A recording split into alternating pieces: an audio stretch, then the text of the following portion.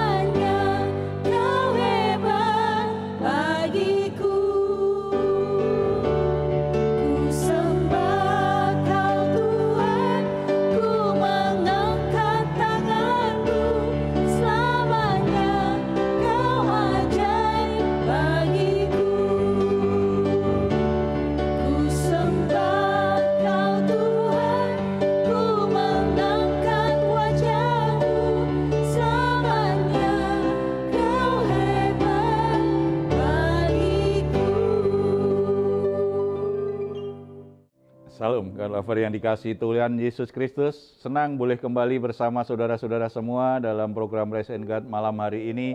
Kita percaya ketika kita ada dalam hadirat Tuhan, sesuatu yang indah akan terjadi dalam hidup kita. Karena hadirat Tuhan akan memberi kita ketenangan hati, memberi kita damai sejahtera. Bahkan ketika kita sedang mengalami pergumulan, berbeban berat, ketika kita ada dalam hadirat Tuhan, ada kelegaan yang bisa kita alami. Bukankah Tuhan Yesus sudah berkata kepada kita, "Marilah kepadaku semua yang letih lesu dan berbeban berat, aku akan memberi kelegaan kepadamu."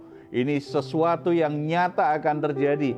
Apapun masalah kita, apapun pergumulan hidup kita, apapun yang membuat hidup kita saat ini merasa terbebani, yang membuat jiwa kita tertekan, tidak ada masalah. Mari hampiri tata kasih karunia Tuhan. Mari nikmati hadirat Tuhan. Karena Tuhan ingin mengangkat semua beban hidupmu, memberi engkau kelegaan, dan melimpainya dengan damai sejahtera. Supaya kita semua sanggup melewati hari-hari kita dengan baik dan tetap efektif untuk memuliakan Tuhan, mengerjakan semua tugas pelayanan kita. Mari kita bersatu dalam doa. Bapa di surga, kami bersyukur karena dalam Yesus Kristus kami semua diundang setiap hari untuk menghampiri tahta kasih karunia-Mu, membawa semua beban pergumulan hidup kami. Tuhan ingin memberi kami kelegaan. Tuhan tidak menginginkan kami sebagai anak-anak-Mu dalam keadaan stres, dalam keadaan jiwa yang tertekan, jiwa yang gelisah. Tuhan ingin kami semua ada dalam sukacita-Mu. Kami menikmati damai sejahtera. Masalah-masalah yang kami hadapi tidak boleh akhirnya justru membunuh rohani kami, membuat jiwa kami menjadi sakit. Tuhan ingin masalah itu membuat kami menjadi semakin kuat, menjadi semakin berani, dan bisa memuliakan Engkau, mendewasakan karakter dan iman kami. Oleh sebab itu, saat ini kami membawa semuanya kepadamu dan kami imani ketika kami memuji dan menyembah Tuhan, ketika hadirat Tuhan itu menjamah hidup kami semua, ada kelegaan yang kami alami, ada damai sejahtera yang memenuhi hati kami semua. Kami bisa tidur dengan nyenyak, bisa beristirahat dengan baik malam hari ini. Nama-Mu kami puji dan muliakan senantiasa Bapa, dalam nama Tuhan Yesus. Amin. Saudara-saudara yang dikasih oleh Tuhan Yesus, setiap kita memperingati kenaikan Tuhan Yesus ke surga, maka kita selalu diingatkan tentang amanat agung di mana kita harus pergi memberitakan Injil kepada segala bangsa. Tidak hanya itu, kita juga akan diingatkan bahwa kita adalah saksi Kristus yang diberi kuasa untuk memberitakan Injil Kerajaan Allah kepada segala bangsa. Orang Kristen adalah utusan-utusan Kristus di tengah-tengah dunia ini. Bahkan salah satu alasan mengapa sampai saat ini Tuhan belum panggil kita. Padahal mungkin ada di antara saudara, ada yang sudah 70 tahun, ada yang sudah 80 tahun, bahkan ada yang sudah 90 tahun.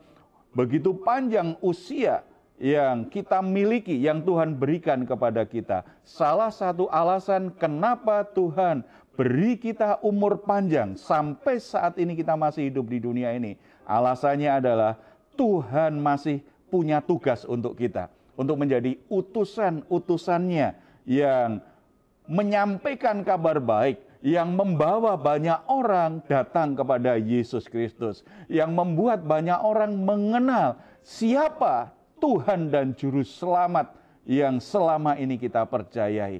Itu alasan yang sangat penting. Sebagai utusan-utusan Kristus, Tuhan sudah siapkan dan latih. Kalau di masa itu kita tahu bagaimana Tuhan mengutus murid-muridnya. Ada yang 2 orang, ada yang berempat, ada yang 12 orang, bahkan 70 orang Tuhan siapkan supaya mereka melayani, diutus berdua-berdua.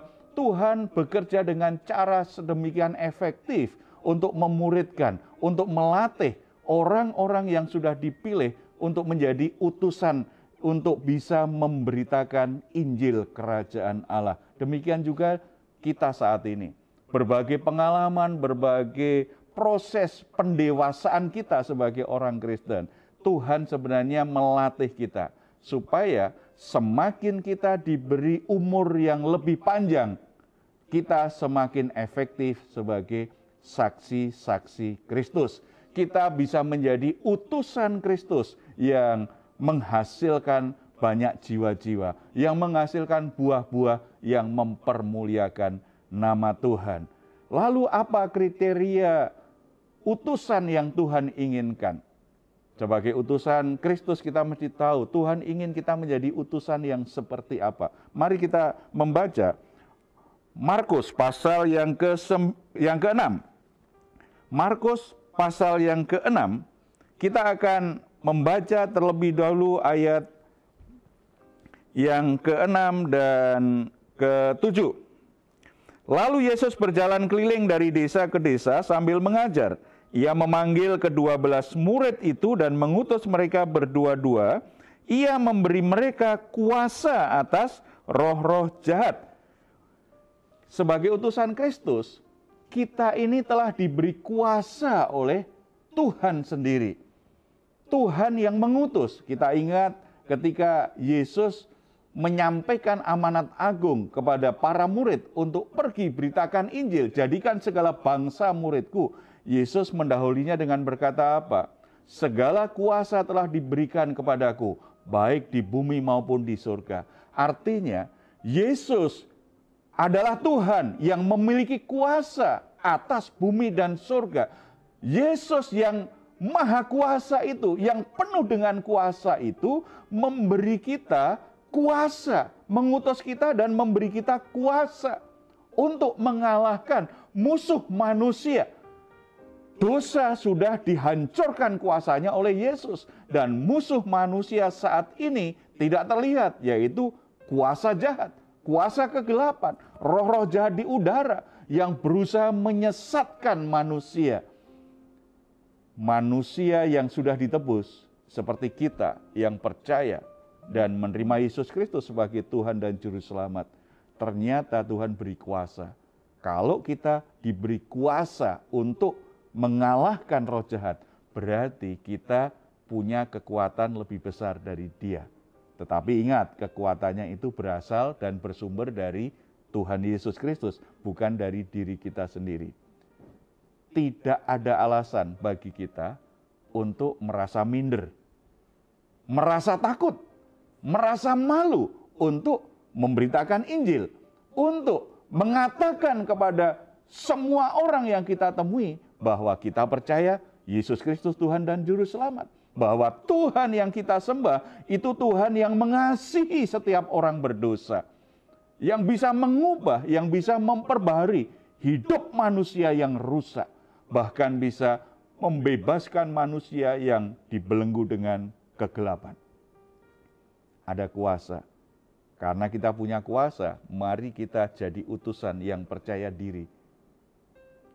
Mari kita jadi utusan yang punya keyakinan teguh atas berita yang akan kita sampaikan. Mari kita jadi utusan yang penuh iman ketika kita mendoakan orang-orang sakit, ketika kita mendoakan orang-orang yang sedang berbeban berat, ketika kita mendoakan orang-orang yang tertekan, ketika kita melayani orang-orang yang membutuhkan pengenalan dan kasih Tuhan. Harus dengan keyakinan, dengan iman. Karena kita orang yang diberi kuasa oleh Tuhan. Kita bukan orang lemah kalau kita berjalan dalam kuasa Tuhan. Kita menjadi orang yang kuat, punya wibawa, punya hikmat di dalam Tuhan. Oleh sebab itu saudara-saudara, kembali yuk kita semangat lagi untuk beritakan Injil Kerajaan Allah kepada banyak orang. Gak usah malu, gak usah takut. Karena kita punya kuasa itu. Dan yang kedua, kita perhatikan ayat yang ke-8 dan 9. Dan berpesan kepada mereka supaya jangan membawa apa-apa dalam perjalanan mereka, kecuali tongkat roti pun jangan, bekal pun jangan, uang dalam ikat pinggang pun jangan. Boleh memakai alas kaki tetapi jangan memakai 2 baju. Saudara-saudara, ini sangat unik sekali. Murid-murid diutus tidak boleh bawa logistik tuh. Apa dengan baju yang ada saja, dengan tongkat, udah dengan dengan alas kaki yang ada, udah pergi.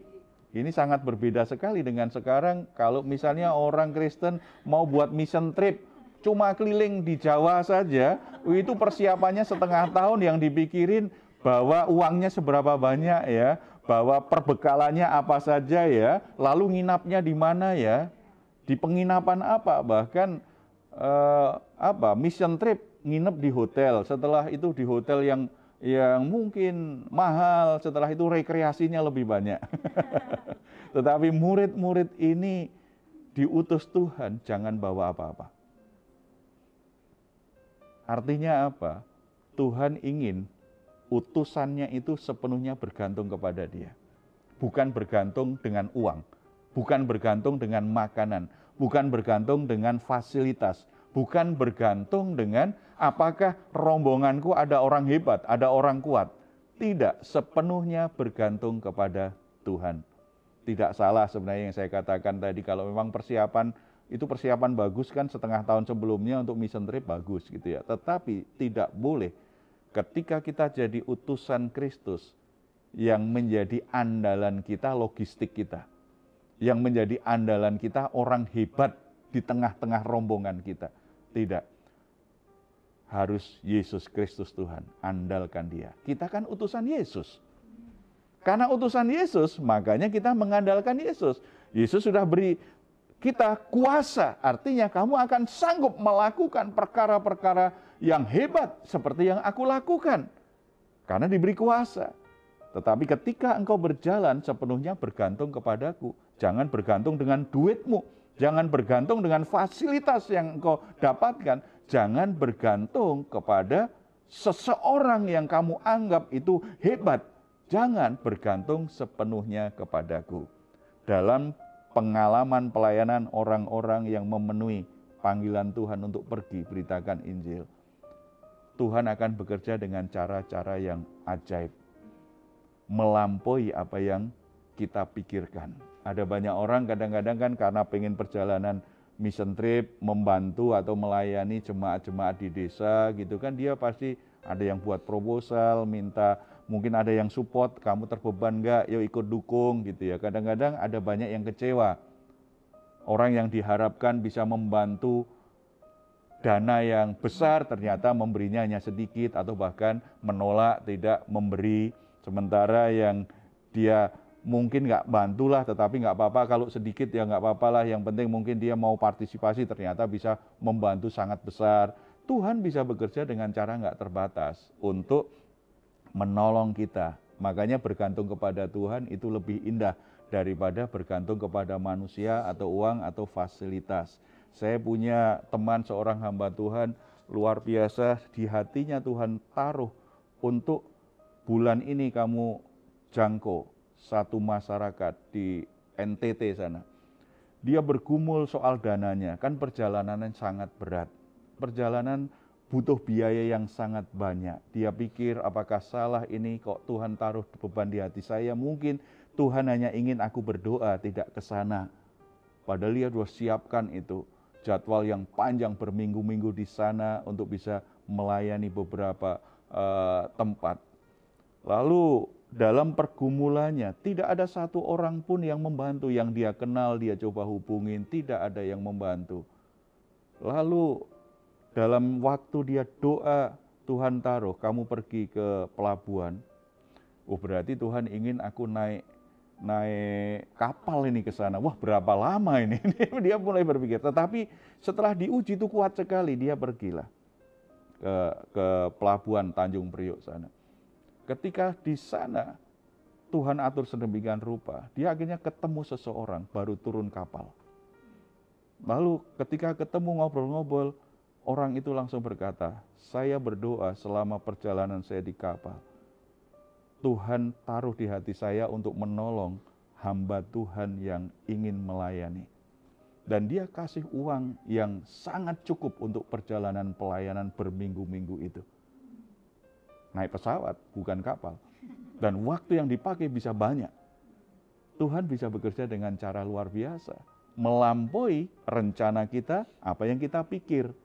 Karena memang Tuhan ingin ketika kita menjadi utusan Kristus, kita sungguh-sungguh mengandalkan Tuhan saja. Karena Tuhan yang mengutus, Tuhanlah bertanggung jawab untuk memenuhi kebutuhan kita. Yakin tidak kita diutus Tuhan? Kecuali itu kita mengutus diri sendiri. Kalau kita yakin Tuhan utus kita diberi kuasa dan diberi apa yang kita butuhkan. Tuhan punya segala macam cara yang tidak terbatas untuk mencukupi kebutuhan-kebutuhan kita, untuk memimpin dan melindungi kita. Tugas kita lakukan apa yang harus kita lakukan. Dan terakhir kita lihat, utusan itu harus punya prioritas di dalam melayani. Jadi tidak boleh asal-asalan. Kita baca ayat 10 dan 11. Katanya, selanjutnya kepada mereka, kalau di suatu tempat kamu sudah diterima dalam suatu rumah, tinggallah di situ sampai kamu berangkat dari tempat itu. Dan kalau ada suatu tempat yang tidak mau menerima kamu, dan kalau mereka tidak mau mendengarkan kamu, keluarlah dari situ dan kebaskanlah debu yang di kakimu sebagai peringatan bagi mereka. Berarti sebagai utusan kita harus punya prioritas yang jelas. Siapa yang akan kita layani terlebih dahulu? Yang berikutnya siapa? Siapa yang kita lewati dulu saja? Karena itu belum prioritas sekarang. Bukan karena kita benci atau nggak suka kelompok tertentu. Tidak. Kadang-kadang Tuhan taruh kita kepada siapa? Dan Tuhan kasih pedoman ini. Kalau kamu masuk kasih salam, mau masuk di sebuah rumah, salammu diterima, tinggallah di situ. Tetapi kalau orangnya menolak, tinggalkan rumah itu. Bahkan Tuhan berkata, kebaskan debu. Artinya, udahlah kamu nggak usah pikirin dia memperlakukan kamu seperti apa, dia berkata seperti apa kepada kamu, udah itu tinggalkan aja. Jadi jangan ingat-ingat yang pernah dia lakukan kepadamu. Tidak perlu diberi prioritas dulu. Beri prioritas orang-orang yang menerima salammu, yang bisa menyambut pelayananmu, yang bisa menyambut pemberitaanmu.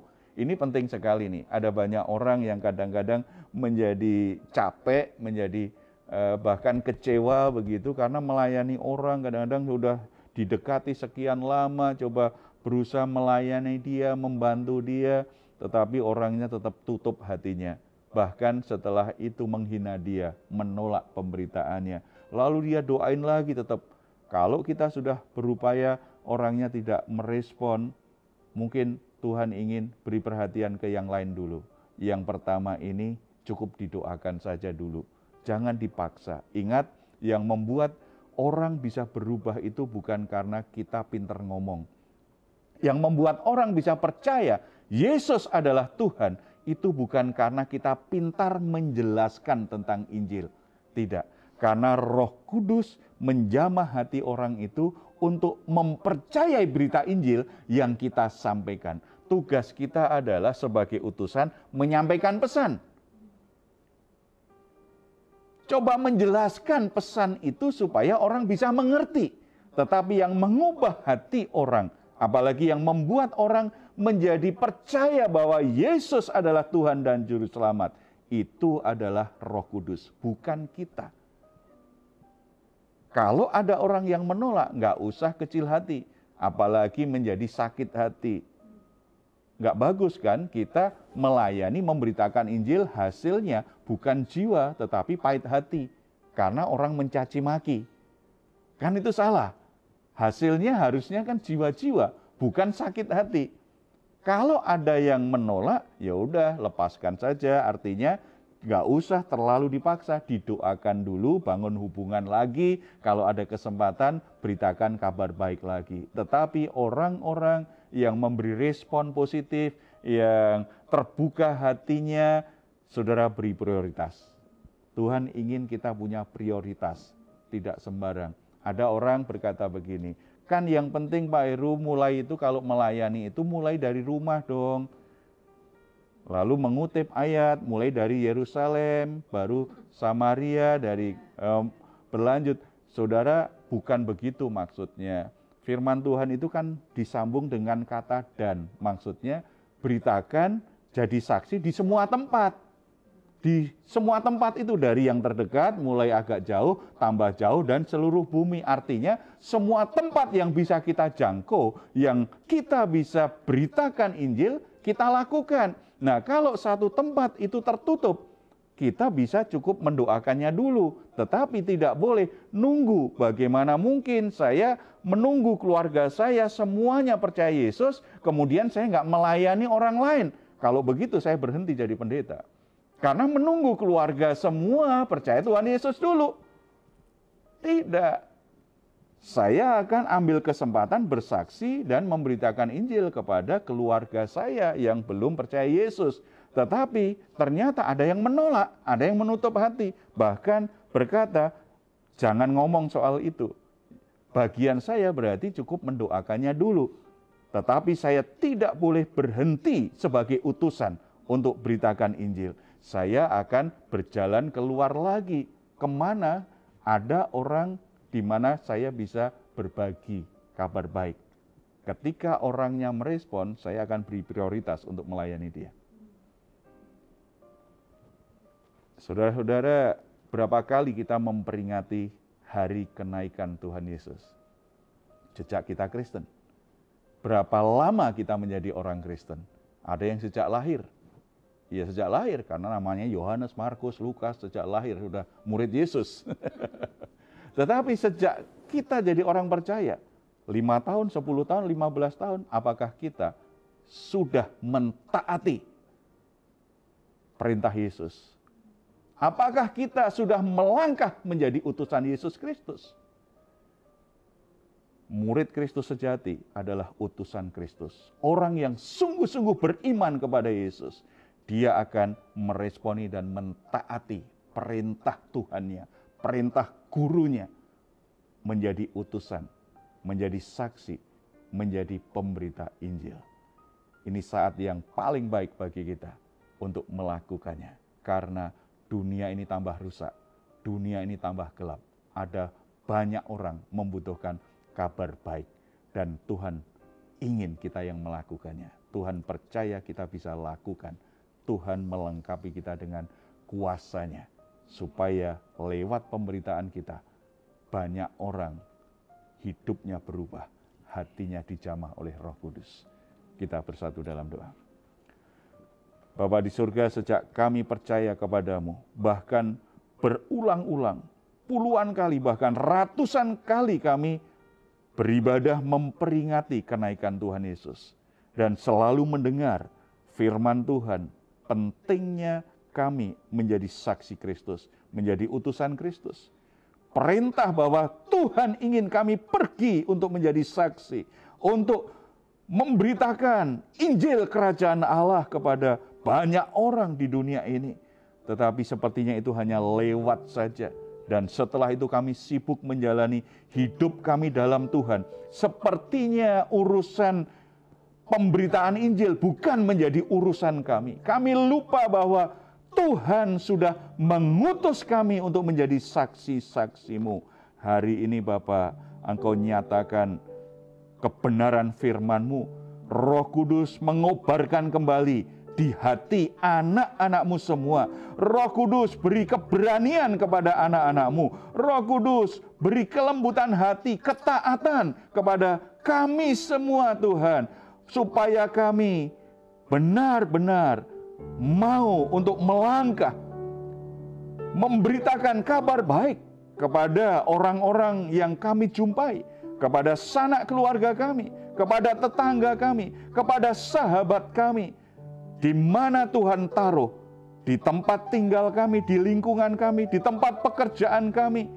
Di situ Tuhan sedang mengutus kami supaya kami memberitakan Injil Kerajaan Allah. Supaya kami bersaksi bahwa Tuhan mengasihi mereka semua. Bahwa Tuhan sudah menebus dosa-dosa mereka. Ketika kami melangkah, kami sangat percaya Tuhan taruh perkataan-perkataan yang tepat, perkataan-perkataan yang penuh kuasa di dalam mulut kami, dalam lidah kami, supaya ketika kami berbicara, kuasa Tuhan bekerja, kuasa Tuhan menjamah hati orang-orang yang mendengarnya. Tuhan berkati anak-anak-Mu yang punya hati seperti ini, maupun yang selama ini mengabaikan. Semuanya Tuhan kobarkan dengan hati yang sungguh-sungguh merindukan kabar baik Injil Kerajaan Allah bisa didengar oleh seluruh umat manusia. Berkati hamba-hamba-Mu yang memberitakan Injil sampai pelosok-pelosok di komunitas-komunitas yang penuh dengan risiko. Tuhan, lindungi mereka, sertai mereka, nyatakan kuasa-Mu lewat pemberitaan dan pelayanan mereka semuanya Bapa. Demikian juga gereja-Mu. Kiranya gereja-Mu juga menaruh hati Tuhan ini menjadi program yang utama, pelayanan yang utama, bukan hanya sibuk dengan dirinya sendiri, tetapi gereja-Mu mulai melangkah keluar untuk memberitakan Injil sebagaimana Tuhan sudah perintahkan. Kiranya nama-Mu dipuji, dimuliakan senantiasa melalui setiap kehidupan orang-orang percaya, melalui pelayanan gerejawi. Nama Yesus Kristus Tuhan dan Juru Selamat, itu saja yang dimuliakan dan dikenal oleh banyak orang. Terpuji nama-Mu Bapa, dalam nama Yesus kami berdoa. Amin.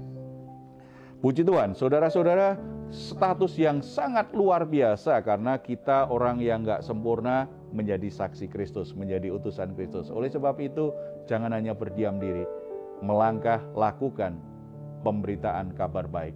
Kalau saat ini saudara sedang mengalami pergumulan, situasi saudara sangat sulit, saudara membutuhkan dukungan doa, silahkan menuliskannya di nomor telepon yang tertera di layar saudara.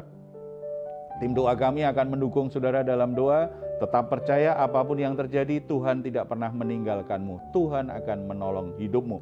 Kalau saudara ingin memberikan komentar, silahkan menuliskannya di ruang komentar yang ada di channel Diaspora TV. Kami tunggu. Mazmur 4 ayat 8-9. Engkau telah memberikan sukacita kepadaku lebih banyak daripada mereka ketika mereka kelimpahan gandum dan anggur. Dengan tentram aku mau membaringkan diri lalu segera tidur, sebab hanya Engkaulah ya Tuhan yang membiarkan aku diam dengan aman. Puji Tuhan, selamat malam, selamat beristirahat. Tuhan Yesus memberkati kita semuanya. Salam. Hatiku siap